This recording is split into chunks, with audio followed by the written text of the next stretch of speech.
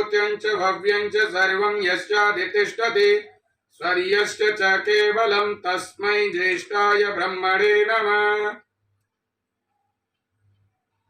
आज एक ऐसे महान पुरुष, इस देश के द्वितीय प्रधानमंत्री, संस्कृत और संस्कृति के रक्षक लाल बहादुर शास्त्री के इस पावन जयंती के उपलक्ष्य में मैं पंकज आर्य, कार्यकारी संचालक आर्यवीर दल उत्तर प्रदेश। लाल बहादुर शास्त्री का जन्म 2 अक्टूबर 1904 ईस्वी को वाराणसी जनपद के रामनगर नामक ग्राम में हुआ था। इनके पिता का नाम शारदा प्रसाद तथा माता का नाम राम दुलारी देवी था। यह बहुत कद में छोटे थे। बचपन से ही इनकी दादी इनको प्यार से नन्हे कहकर के पुकारती थी। 4 वर्ष की आयु में नन्हे को दादी के आज्ञा अनुसार गंगा स्नान करने के लिए इनके पिता और इनकी माता इनको लेकर चले गए। गंगा स्नान के मेले पर बहुत भीड़ थी और भीड़ में से इनकी माता की गोद से नन्हे बिछुड़ गए और बिछड़ जाने के बाद काफी प्रयास दोनों ने किया, लेकिन नन्हे कहीं नहीं मिले। इनकी माता ने रो रो करके बेहाल कर दिया कि मैं अपनी सासू माँ को कैसे मुंह दिखाऊंगी। चारों तरफ आवाजें लगवाई, एक छोटा बच्चा है, लेकिन कहीं भी सफलता नहीं मिली। वह बालक इनकी गोद से भीड़ में से उछट करके एक ग्वाले के टोकरे में गिर गया और ग्वाला जो था वो नाव चलाता था और उसने कपड़े से उस बच्चे को ढक दिया और रुई के फोए से दूध पिला दिया। जब वो ग्वाला उसको नदी पार गंगा के पार ले जा रहा था, उसने देखा कि सवारियां और हैं, तो वापस लौट करके आया। नियति को कुछ और ही मंजूर था, नन्हे को ग्वाला नहीं बनाना था। तब वो कपड़ा नन्हे से हवा के झोंके से हट गया और इनके पिता शारदा प्रसाद ने अपने बच्चे को पहचान लिया और ग्वाले की टोकरी से उठा लिया। ग्वाला ने यह दावा किया ये मेरा बच्चा है, लेकिन पुलिस और अन्य सबूतों के द्वारा नन्हे को शारदा प्रसाद और उनकी माता जी के हाथों में दे दिया। बंधुओं, बचपन से ही बहुत निर्धन परिवार के ये व्यक्तित्व थे, लेकिन नियति को कुछ लाल बहादुर शास्त्री के जीवन में, नन्हे के जीवन में संघर्षों का जीवन बनाना था। छोटी सी 7 वर्ष की महज आयु में नन्हे के पिता इस दुनिया से चले गए और जो संरक्षक पिता का जो साया था लाल बहादुर शास्त्री के जीवन से हट गया। कुछ दिन चाचा ने इनका लालन पोषण किया, लेकिन इनकी माँ अपने मायके इनको लेकर के चली गई और इनकी प्रारंभिक शिक्षा दीक्षा प्रारंभ हुई। तभी इनके नाना हजारी प्रसाद, वो भी एक अध्यापक थे, इनका लालन पोषण करने लगे। लेकिन पता नहीं कि लाल बहादुर शास्त्री का जीवन जो संघर्षों के पानी से उसकी सिंचाई हुई थी और एक बहुत जैसा पहाड़ जैसा दुख लाल बहादुर शास्त्री पर यह आया कि उनके नाना का भी देहावसान हो गया। तब इन परिस्थितियों में इनके छोटे नाना, इनकी माँ के चाचा जी ने इनका लालन पोषण किया।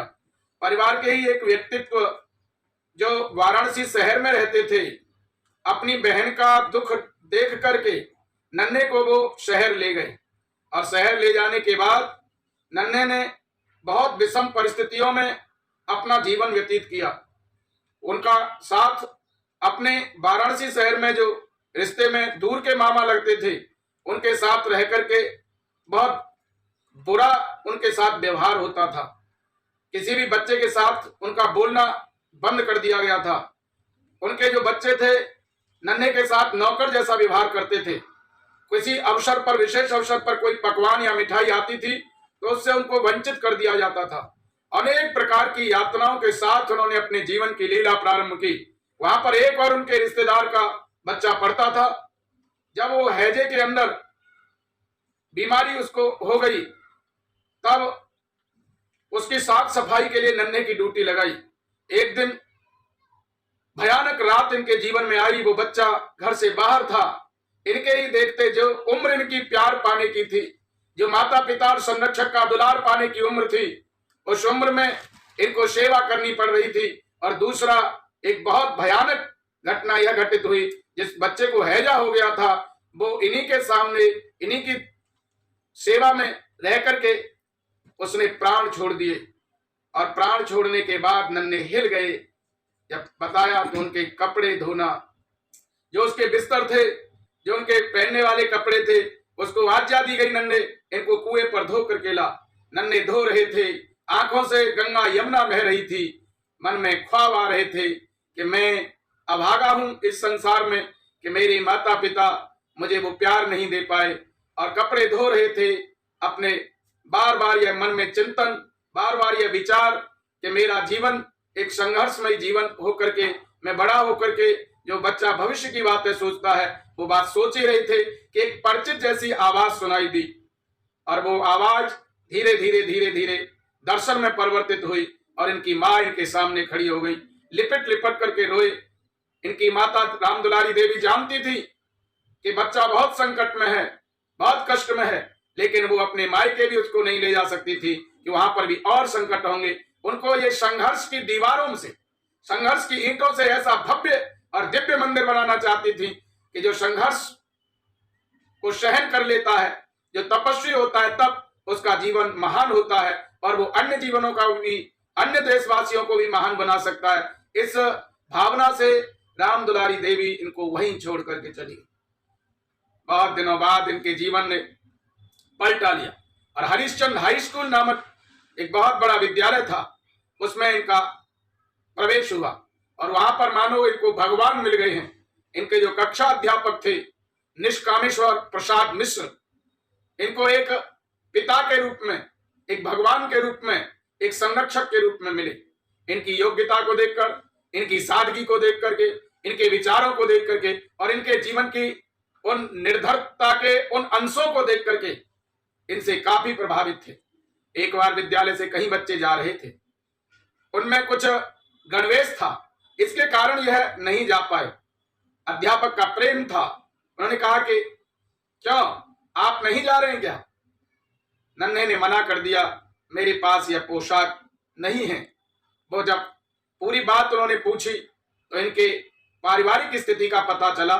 निष्कामेश्वर प्रसाद ने संकल्प लिया, इस बालक को मैं एक महानता की ओर, इसके अभावों को दूर करने के लिए, कभी इसको ये न लगे कि मेरे पिता नहीं है, मेरे नाना नहीं है, मेरी मां निर्धन है, मैं ऐसा इसके साथ अपने इस जो धन मिलता है मुझे, उसमें से इसका लालन पोषण करूंगा। बंधुओं, हरिश्चंद्र हाई स्कूल एक ऐसा विद्यालय वाराणसी का था जिससे अनेक महापुरुष निकले थे। और उसका कारण यह था कि निष्कामेश्वर प्रसाद मिश्र और अन्य साथीगण जिस विषय को पढ़ाते थे, वो अपने आधे समय में पढ़ाते थे और आधे समय में देश, धर्म, जाति, ईमानदारी, सच्चाई, सादगी का उपदेश देते थे। देश की पराधीन था, देश की पराधीनता की बेड़ियों को तोड़ने के लिए युवाओं को प्रेरित करना एक शिक्षक का धर्म है। बंधुओं, शिक्षक वो होता है जिसके नीचे से होकर के, जिसके पास में होकर के, जिसकी शिक्षाओं से, एक चपरासी से लेकर के राष्ट्रपति पर्यंत तक नागरिक निकलते हैं। बंधुओं, निश्चित रूप से लाल बहादुर शास्त्री को एक दिन वो अपने घर ले गए। जब उनकी धर्मपत्नी से उन्होंने कहा कि मैं एक बालक को लेकर के आया हूं, तो उन्होंने अपने मन में विचार किया कि नौकर को लेकर के आए हैं। लेकिन उससे पहले कुछ पूछती, उससे पहले मिश्र जी ने कहा कि आज से तेरा चौथा बेटा है और इसको प्यार करना। उन्होंने अपनी गोदी में बिठाया और सिर पर हाथ फिराया तो नन्हे को लगा कि आज किसी, मानो उसकी माँ आज उसके कष्टों को दोहराते हुए उसके कष्टों को हरण करना चाहती है, ऐसा उनको प्रतीत हुआ। और बाद में नन्हे उस परिवार के ऐसे सदस्य जैसे बन गए। दौर बहुत लंबा गुजरता गया। लाल बहादुर शास्त्री को उन दिनों आजादी की तैयारियां चल रही थी और आजादी की तैयारी के लिए इन्होंने एक कर्ज लिया। लोकमान्य बाल गंगाधर तिलक का एक बहुत बड़ा कार्यक्रम वाराणसी से 150 किलोमीटर दूर हो रहा था, तो ये कर्ज लेकर के वहां उनको सुनने के लिए गए और वहां से आप में महात्मा गांधी के विचार, तिलक के विचार, लाला लाजपत राय के विचार आप में आने लगे। आप धीरे धीरे धीरे धीरे इस क्रांति के महासमर में अपने विचारों को परिपक्व करते हुए कूद रहे थे। हाई स्कूल की उसकी परीक्षा थी और कुछ नौजवानों ने कहा कि हमारी ऊपर हमें कुचल करके रास्ते से आप जब निकलेंगे, जब हमें कुचल जाइए, हम अंग्रेजों का विरोध करते हैं। और इन्होंने फिर उनको कुचलना स्वीकार नहीं किया, अंग्रेजों का विरोध स्वीकार किया। उस समय निष्कामेश्वर प्रसाद मिश्र जी ने इनसे बहुत कहा, बेटा 2 बहनों का भार आपके ऊपर है, परिवार की जिम्मेदारी है, तुम्हारी मां ने कैसे कैसे अपना जीवन व्यतीत किया है, आप परीक्षा दीजिए। लेकिन हिमालय की तरह दृढ़ होकर के प्रथम बार अपने गुरु की अवहेलना, इसका इन पर कोई प्रभाव नहीं पड़ा कि मैं आगे चल करके महान बनूंगा, नौकरी लगेगी, ये होगा, वो होगा, पैसा आएगा। इन बातों का, गुरु की बातों का कोई प्रभाव नहीं पड़ा और इन्होंने परीक्षा से इनकार कर दिया। बाद में आपने काशी विद्यापीठ, वह भी एक ऐसा संस्थान है जहां से अनेक विद्वान, राजनेता एवं देश को संभालने वाले संरक्षक निकले हैं। और इन्होंने शास्त्री की परीक्षा उत्तीर्ण की। और शास्त्री की परीक्षा उत्तीर्ण तब की जब आप एक दुकान पर अपने गुजारे के लिए नौकरी करते थे और रात को पढ़ते थे, फिर भी आप पर जो अध्ययन था उस पर कोई असर नहीं पड़ा और धीरे धीरे धीरे धीरे आपको काशी विद्यापीठ से शास्त्री की उपाधि मिली और आप लाल बहादुर शास्त्री के नाम से जाने गए। इसी बीच में मिर्जापुर जिले के चेतगंज कस्बा से लालमणि देवी से आपकी शादी हुई और बाद में उनका नाम ललता शास्त्री के नाम से इतिहास जानता है। वो बहुत पैसे वाले थे, लेकिन दहेज के नाम पर इन्होंने 1 रुपया और 1 चरखा स्वीकार किया। इनकी सासू मां बहुत देना चाहती थी लेकिन इनकार कर दिया और विवाह मंडप में तो कमाल ही कर दिया। उन्होंने कहा था कि शादी मेरी और ललता शास्त्री की हो रही है, पंडित मंत्र नहीं बोलेगा, मंत्र हम दोनों बोलेंगे क्योंकि हमें शिक्षाएं लेनी है। ये वैदिक जो मंत्र हैं, वेद के मंत्र हैं, जो विवाह संस्कार की शिक्षाएं दी गई हैं, गृहस्थ व्यवहार की शिक्षाएं दी गई हैं। तब उस जमाने में महिला को बोलना बहुत ही, और वो भी कस्बे स्तर पर भी बहुत दूभर था। तब कहा गया, जब इन्होंने जिद कर दी कि शादी तभी होगी जब हम और हमारी देवी जी मंत्र उच्चारण करेंगे, तो उन्होंने कहा यहाँ बड़े लोग बैठे हैं, वृद्ध लोग बैठे हैं, इनके सामने ये बोल नहीं सकती है। तो लाल बहादुर शास्त्री ने कहा कि वृद्धों को और जिनसे इनको शर्म आती है उनको यहाँ से मंडप से कहीं बाहर भेज दिया जाए। ऐसा ही किया गया और लाल बहादुर शास्त्री और इनकी धर्मपत्नी लालमणि देवी दोनों ने मंत्रोच्चारण किया और विवाह संपन्न हुआ। धीरे धीरे यात्रा आगे बढ़ती है। आते ही लाल बहादुर शास्त्री ने अपनी पत्नी से कहा कि मेरी मां ने जो कष्ट और तप किया है, इसका हम दोनों को मिलकर के कर्जा चुकाना है। मेरी सेवा करते समय, मां की सेवा करते समय मेरी अवहेलना हो जाए तो मां को पहले चुनना, मां को कोई कष्ट न हो, चाहे मुझे कोई कष्ट हो जाए। और यह बात लाल बहादुर शास्त्री की ललता शास्त्री जी ने अपने जीवन पर्यंत निभाई। जहां लाल बहादुर शास्त्री का सादगी जीवन, उच्च विचार और उनकी जो ईमानदारी, सच्चाई, उनके पास कार्यकर्ताओं का आना जाना, ललता शास्त्री ने उनको बखूबी निभाया। कभी भी यह महसूस नहीं होने दिया लाल बहादुर शास्त्री को अत्यंत गरीबी में भी कि मैं इस प्रकार की गृहस्थ व्यवहार की, गृहस्थ या अपने व्यक्तिगत जीवन के लिए उनको लाल बहादुर शास्त्री और उनकी माताजी को कोई कष्ट हो सके।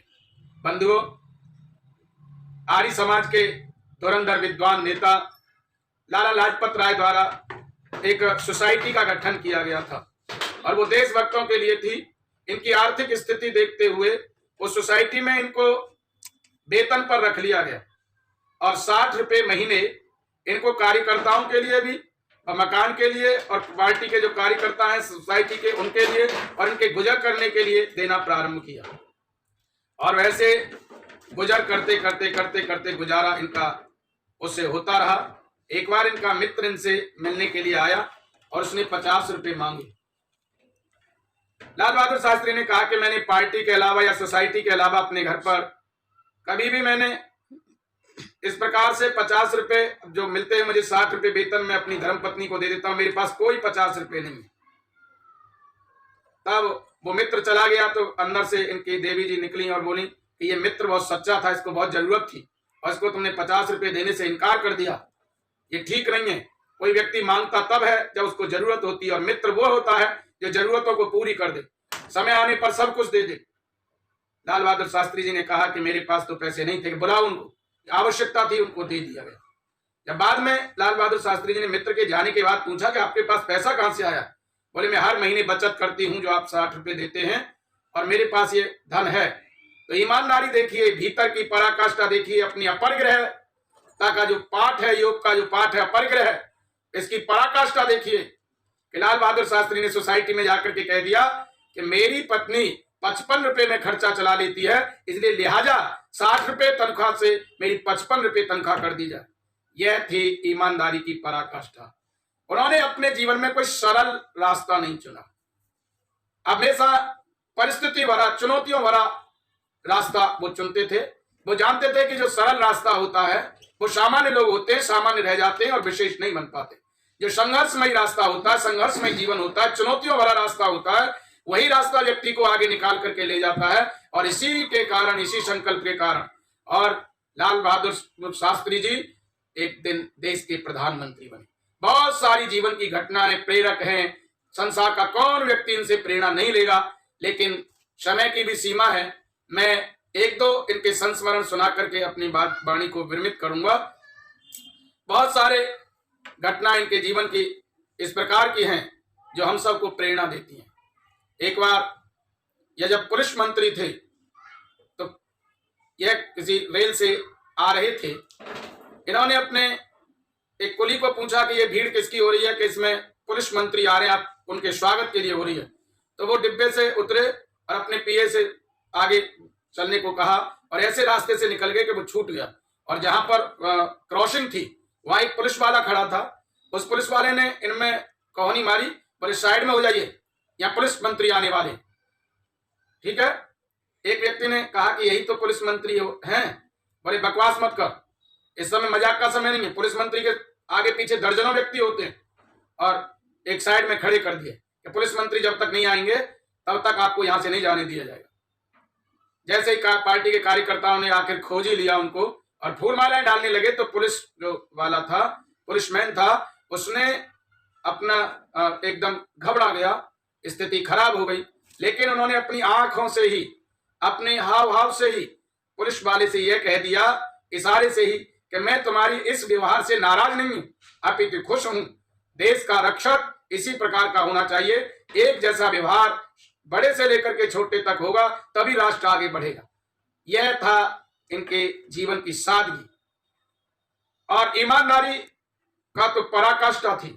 अपने आप को जब रेल मंत्री आप बने और रेल मंत्री में जब एक दुर्घटना हुई और 144 लोग मारे गए, तो स्वयं अपनी जिम्मेदारी ली कि ये रेल मंत्री के कारण इस प्रकार की दुर्घटना हुई है, इसका अधिकारी मैं हूं, और उसको त्याग पत्र नेहरू जी को देने लगे।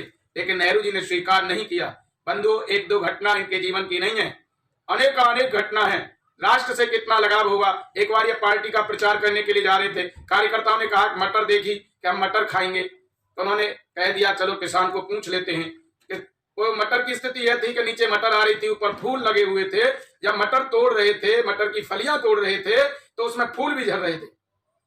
तो उन्होंने कहा कि काफी नुकसान हो रहा है। किसान से कहा, लाल बहादुर शास्त्री जी ने कहा कि आपका काफी नुकसान हो रहा है। उसने कहा नहीं नहीं, आप जैसे महान पुरुष के लिए हम इतना भी नुकसान नहीं झेल सकते। तो कहा अरे बाबले, ये तेरा नुकसान नहीं है, ये राष्ट्र का नुकसान है, सबका नुकसान है। एक एक राष्ट्र के साथ कितना लगाव आपका होगा। जब आपको प्रधानमंत्री बनाया गया और प्रधानमंत्री से बनने से पूर्व इनसे पहले जब सीट पर प्रथम प्रधानमंत्री जवाहरलाल नेहरू थे, चीन से युद्ध हार चुके थे, अपनी बहुत सारी तिब्बत का पठार जैसा कैलाश मानसरोवर को हम देश से खो बैठे। यह आक्रोश शास्त्री जी के मन में था और पाकिस्तान ने जैसे ही किया, तो हम पाकिस्तान को यह नहीं पता था कि सीट पर बैठने वाला व्यक्तित्व अब शेर दिल बैठा हुआ है। अब इस प्रकार की हरकत जो करेगा उसको ईंट का जवाब पत्थर से दिया जाएगा। और लाहौर तक, धीरे धीरे लाहौर से कुछ ही दूर पहले तक हमारी सेनाएं चली गई। ताशकंद के समझौते में जब इनको वहां बुलाया गया, पाकिस्तान के जनरल अयूब खान और शास्त्री जी को, तो वहां समझौता किया गया। रात में ही कहते हैं कुछ लोग ये रहस्यमय जीवन है, क्या हुआ दिल का दौरा पड़ने से इनका ये महान सपूत, यह भारत का शेर दिल, यह भारत के हर समय सकारात्मक सोचने वाला व्यक्तित्व हम खो बैठे। बंधुओं, आज हमारे बीच में शास्त्री जी नहीं है, लेकिन उनके विचार, उनकी सादगी, उनकी संस्कृत और संस्कृति के प्रति रुझान, हिंदी के प्रति पता नहीं क्या जादू जैसा कर देते थे। जवाहरलाल नेहरू जब प्रधानमंत्री थे तो कोई समस्या भारत देश में आती थी तो शास्त्री जी को कहा जाता था आप ही सुलझा करके आए। दक्षिण में हिंदी का विरोध हुआ, 2-3 सभाएं की, फिर दक्षिण में हिंदी का विरोध समाप्त हो गया। एक ऐसे बखूबी, क्योंकि कथनी और करनी केवल एक थी, व्यक्तित्व था, तपस्वी जीवन, सिर चढ़ करके बोलता है। इनके जीवन तपस्वी था, इनके द्वारा निकली हुई वाणी एकदम प्रभावशाली होती थी और कितने सकारात्मक होते थे। एक बार इनको विदेश जाना था और वहां बहुत लंबे व्यक्ति थे, शायद किसी रूस की बात है या किसी अन्य देश की स्मृति में नहीं आ रहा है, तो इनसे मजाक में पत्रकारों ने कहा कि आप बहुत गट्टे हैं और उनसे कैसे बात करोगे, वो बहुत लंबे हैं। तो देखिए सकारात्मक सोच, बोले वो लंबे हैं, वो सिर झुका करके बात करेंगे और मैं नाटा हूं, मैं सिर उठा करके बात करूंगा, जिससे भारत का गौरव बढ़ेगा। इस प्रकार की सकारात्मक सोच रखने वाले व्यक्तित्व आज इनके पावन जयंती से देशवासी, देश के बच्चे, संघर्ष जो जीवन में होता है, समर्पण जो जीवन में होता है और संस्कृति के प्रति जो लगाव होता है, राष्ट्र के प्रति लगाव है, ईमानदारी है, सादगी है, सादा जीवन, उच्च विचारता की भावना है, यह हम सबको एक लंबे अरसे के लिए याद कराती है। आज देश के अन्य प्रधानमंत्री भी बहुत सारे हुए, उनसे योग्य भी हुए, लंबे भी हुए और स्वास्थ्य भी उनसे बहुत अच्छा है, लेकिन जो संस्कृत का एक ही प्रधानमंत्री आज तक हुआ जिसने संस्कृत पढ़ी है, शास्त्री की उपाधि प्राप्त की है, और संस्कृत का और अन्य भाषियों का प्रधानमंत्रियों में तुलना करो, आज किसी को पूरे देश में सम्मान के साथ बुलाया जाता है। पूरे जितने भी प्रधानमंत्री हुए सबसे ज्यादा सम्मान किसी का है तो वो लाल बहादुर शास्त्री का है। आज इस पावन जयंती पर हम और आप सभी संकल्प लें कि हम लाल बहादुर शास्त्री के जीवन को अपने जीवन में उतारेंगे। उनकी संघर्ष, उनकी त्याग, उनकी तपस्या, उनका समर्पण, उनका राष्ट्र के प्रति, उन्होंने कभी भी पैसे को महत्व नहीं दिया। जितने पैसे को महत्व दिया है वो गड़सल करके मर गए हैं, उनको कोई याद नहीं करता। जिसने भौतिकता को चकाचौंध में आकर के अपना देश को लूटा है उनको कोई याद नहीं करता। जिसने अपने जीवन को सादगी जीवन से बिताया है उनको लोभ नहीं छू पाया, मोह नहीं छू पाया। परिवार में कभी भी उन्होंने मरते दम तक अपने किराए के मकान में रहने वाला व्यक्तित्व, बाद में इनका लोन जो था वो तात्कालिक प्रधानमंत्री के बाद श्रीमती इंदिरा गांधी ने इनको मकान भी बनवाया, इनके लिए और भी व्यवस्थाएं दी, लेकिन मरते दम तक इनको कोई भी लोभ, किसी प्रकार का मोह, किसी प्रकार का राष्ट्र के प्रति या राष्ट्र सर्वोपरि इन्होंने मान करके अपने जीवन को जिया है। इसलिए आज जितने भी प्रधानमंत्री हैं स्वतंत्र भारत में, उनमें सर्वोपरि किसी का स्थान है तो आदरणीय शास्त्री जी का है। इनकी पावन जयंती पर मैं पंकज आर्य, कार्यकारी संचालक आर्यवीर दल उत्तर प्रदेश, सभी से, पूरे आर्यवीर दल से, अन्य कार्यकर्ता, देशवासियों से इनकी पावन जयंती पर सभी को बहुत बहुत विनम्रता पूर्वक प्रार्थना करता हूं कि इनके जीवन पर हम चल करके अपने को, अपने परिवार को, अपने समाज को, राष्ट्र को, पूरे विश्व को उन्नत समुन्नत कर सकते हैं।